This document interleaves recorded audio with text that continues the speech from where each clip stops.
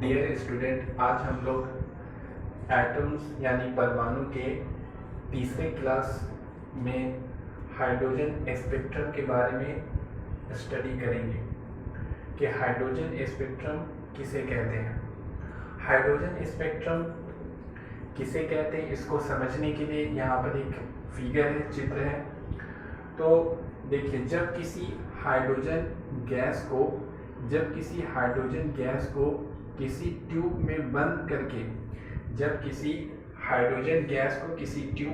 करके इस वाला ये जो ट्यूब है इसमें बंद करके जब इसे उच्च ताप पर गर्म किया जाता है, इसे उच्च ताप पर यानी हाइड्रोजन गैस को उच्च ताप पर गर्म किया जाता है, तो इससे विकिरण का उत्सर्जन होता है, यानी इससे विद्युत चुंबकीय तरंग का उत्सर्जन होता है।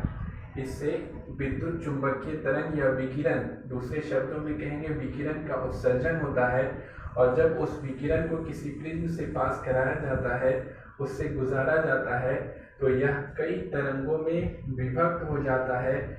और इन तरंगों को स्पेक्ट्रमी रेखाएं कहते हैं, क्योंकि ये कई रेखाओं में विभक्त हो जाता है और इन रेखाओं को स्पेक्ट्रमी रेखाएं कहते हैं। और जब इन तरंगों को किसी पर्दे पर उतारा जाता है, तो इन तरंगों से बने हुए स्पेक्ट्रम को या वर्णपट्टी को हाइड्रोजन स्पेक्ट्रम कहते हैं। स्पेक्ट्रम को ही हिंदी में वर्णपट्टी भी कहा जाता है। तो जब किसी हाइड्रोजन गैस को किसी ट्यूब में बंद करके उच्च ताप पर गर्म किया जाता है, तो इससे विकिरण यानी विद्युत चुंबकीय तरंग का उत्सर्जन होता है। और जब उस तरंग को किसी प्रिज्म से गुजारा जाता है, तो यह कई तरंगों में विभक्त हो जाता है। और जब उन तरंगों को किसी पर्दे पर उतारा जाता है, तो उन तरंगों से बने हुए स्पेक्ट्रम या वर्णपट्टी को हाइड्रोजन स्पेक्ट्रम कहते हैं। तो इस तरह से आप इसको समझ सकते हैं। अब इसलिए क्वेश्चन लिखिए, हाइड्रोजन स्पेक्ट्रम से क्या समझते हैं। हाइड्रोजन स्पेक्ट्रम से क्या समझते हैं। हाइड्रोजन स्पेक्ट्रम से क्या समझते हैं, उत्तर में लिखिए। जब किसी हाइड्रोजन गैस को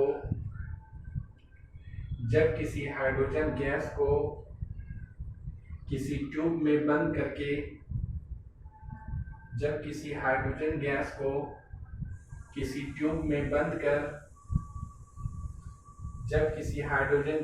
किसी ट्यूब में बंद कर उच्च ताप तक गर्म किया जाता है, तो इससे विकिरण का उत्सर्जन होता है। तो इससे विकिरण, और ब्रैकेट में लिख सकते हैं विद्युत चुंबकीय तरंग, ब्रैकेट बंद कर दीजिए, विकिरण या ब्रैकेट में विद्युत चुंबकीय तरंग, ब्रैकेट बंद, का उत्सर्जन होता है। आगे लिखिए, जब इस विकिरण को किसी प्रिज्म से गुजारा जाता है,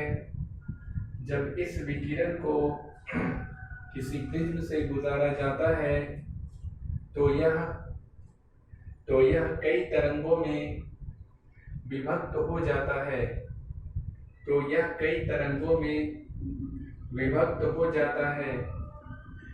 इन तरंगों को स्पेक्ट्रमी रेखाएं कहते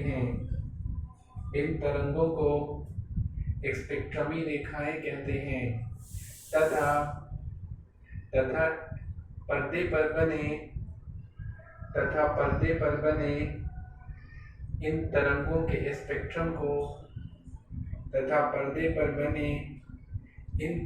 के स्पेक्ट्रम को हाइड्रोजन स्पेक्ट्रम कहते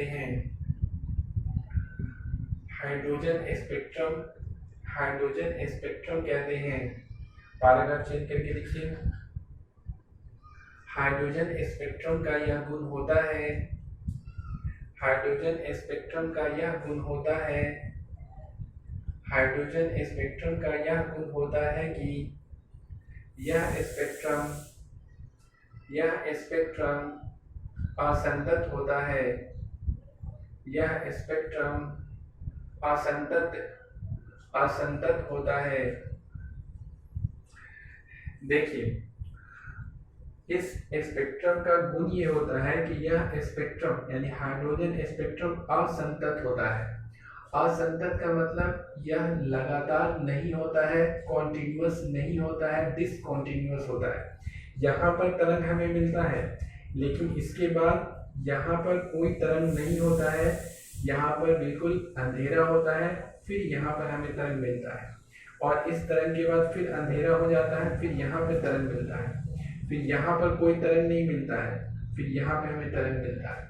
इस तरह से कई तरंगे हमें मिलता है, लेकिन यह तरंग असंतत रूप में हमें मिलता है, यानी हाइड्रोजन स्पेक्ट्रम असंतत होता है, लगातार नहीं होता है, कॉन्टिन्यूअस नहीं होता है। जबकि श्वेत प्रकाश में हम लोगों ने पढ़ा था कि जब किसी श्वेत प्रकाश को किसी प्रिज्म से गुजारा जाता है तो यह 7 रंगों में विभक्त हो जाता है, और यह 7 रंगों से बने हुए वर्णपट्टी या स्पेक्ट्रम को श्वेत प्रकाश का स्पेक्ट्रम कहते हैं। वहां पर भी स्पेक्ट्रम बनता है 7 रंगों का, लेकिन वह स्पेक्ट्रम यानी श्वेत प्रकाश का जो स्पेक्ट्रम होता है वह संतत होता है, कॉन्टिन्यूअस होता है, लगातार होता है। वहां पर श्वेत प्रकाश में जो स्पेक्ट्रम बनता है, तो जैसे ही लाल रंग खत्म होता है नारंगी रंग शुरू हो जाता है, लाल रंग खत्म हुआ नारंगी शुरू हो जाता है, नारंगी खत्म हुआ हरा शुरू हो जाता है। बीच में कोई अंधेरा नहीं होता है, बीच में कोई ऐसा स्थिति नहीं होता है कि कोई तरंग ही नहीं हो, कोई रंग ही नहीं हो। लाल खत्म तो नारंगी शुरू, नारंगी खत्म तो हरा शुरू, इस तरह से 7 रंग का पट्टी वहां पर होता है। और वह श्वेत प्रकाश का पट्टी, वह श्वेत प्रकाश का स्पेक्ट्रम संतत होता है, लेकिन हाइड्रोजन स्पेक्ट्रम असंतत होता है। अब इसको चित्र को बना लीजिए, ये पूरा चित्र यहाँ से लेके यहाँ तक बनेगा। चित्र बना लीजिए,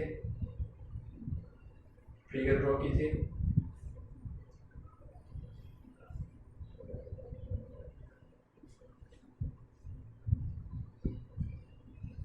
अब इसके बाद अगला क्वेश्चन लिखिए, नेक्स्ट क्वेश्चन लिखिए। रदरफोर्ड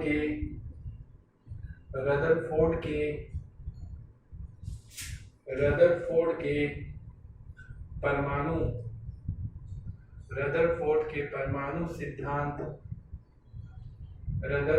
परमाणु सिद्धांत अथवा नाभिकीय सिद्धांत के अवगुण को लिखें। परमाणु सिद्धांत अथवा नाभिकीय सिद्धांत के अवगुण को लिखें। उत्तर में लिखिए, रदरफोर्ड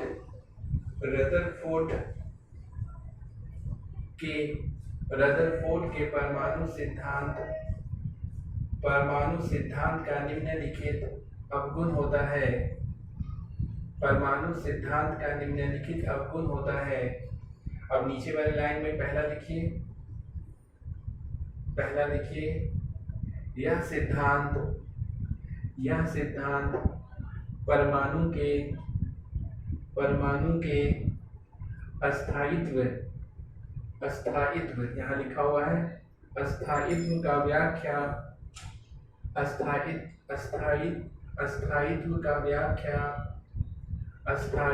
व्याख्या नहीं कर पाता है।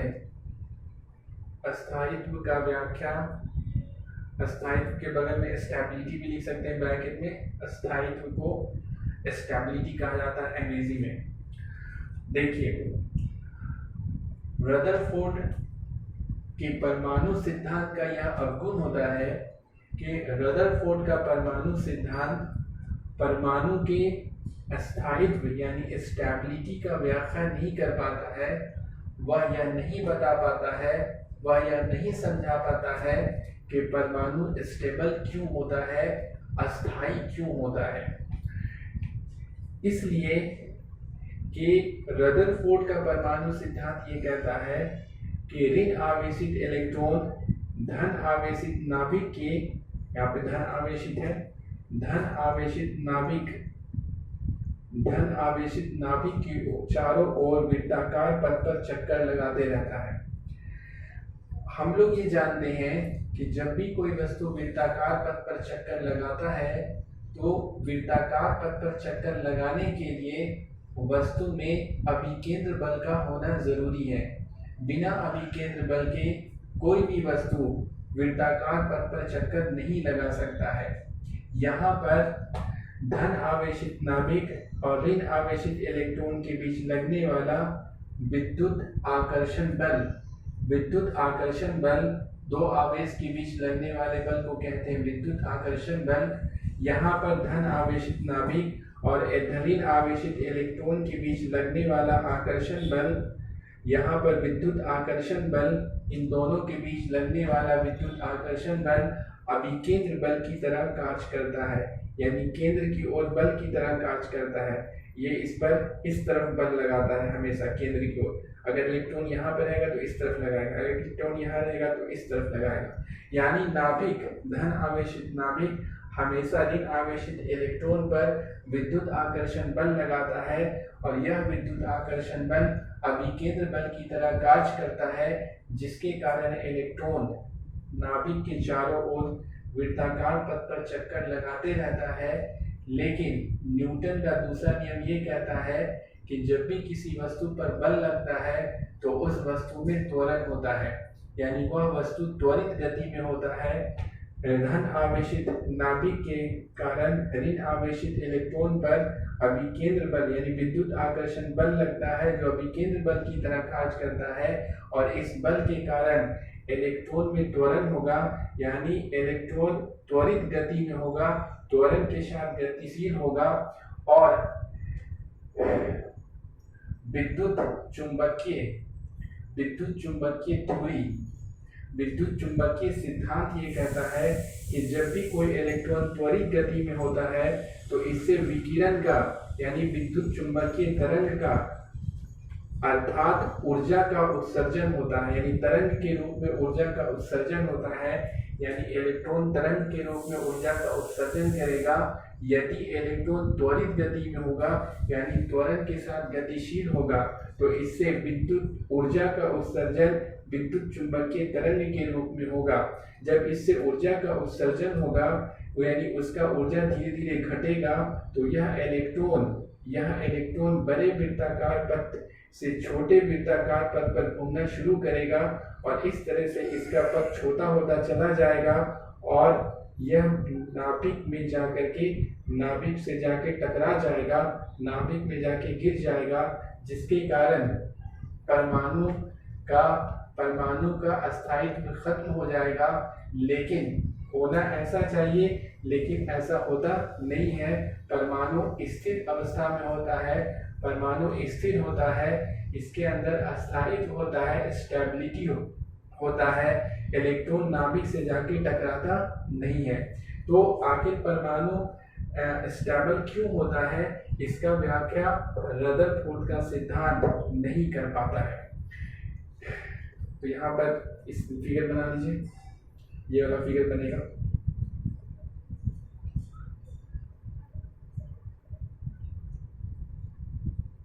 ये वाला फिगर बनाइए।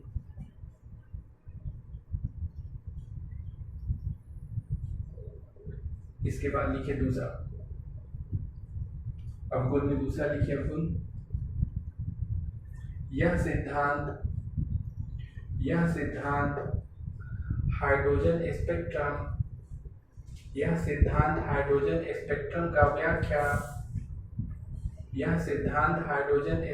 का व्याख्या नहीं कर पाता है। यह सिद्धांत हाइड्रोजन स्पेक्ट्रम का व्याख्या नहीं कर पाता है। हाइड्रोजन स्पेक्ट्रम का व्याख्या नहीं कर पाता है। दूसरा अवगुण ये है रदरफोर्ड नाभिकीय मॉडल का कि यह हाइड्रोजन स्पेक्ट्रम का व्याख्या नहीं कर पाता है। हम लोगों ने देखा कि हाइड्रोजन स्पेक्ट्रम जो बनता है वह असंतत होता है, यानी लगातार नहीं होता है। तो ये हाइड्रोजन स्पेक्ट्रम असंतत क्यों होता है, इसका व्याख्या रदरफोर्ड का परमाणु सिद्धांत नहीं कर पाता है। इसका व्याख्या रदरफोर्ड का परमाणु सिद्धांत नहीं कर पाता है। तो इस तरह से रदरफोर्ड का दो अवगुण है। पहला ये है कि यह परमाणु के स्थायित्व यानी स्टेबल होने का व्याख्या नहीं कर पाता है, और दूसरा ये हाइड्रोजन स्पेक्ट्रम का व्याख्या यानी हाइड्रोजन स्पेक्ट्रम असंतत क्यों होता है इसका व्याख्या भी नहीं कर पाता है। इसके बाद हम लोग नेक्स्ट वीडियो में आगे बढ़ेंगे बोर का सिद्धांत। Okay, thank you.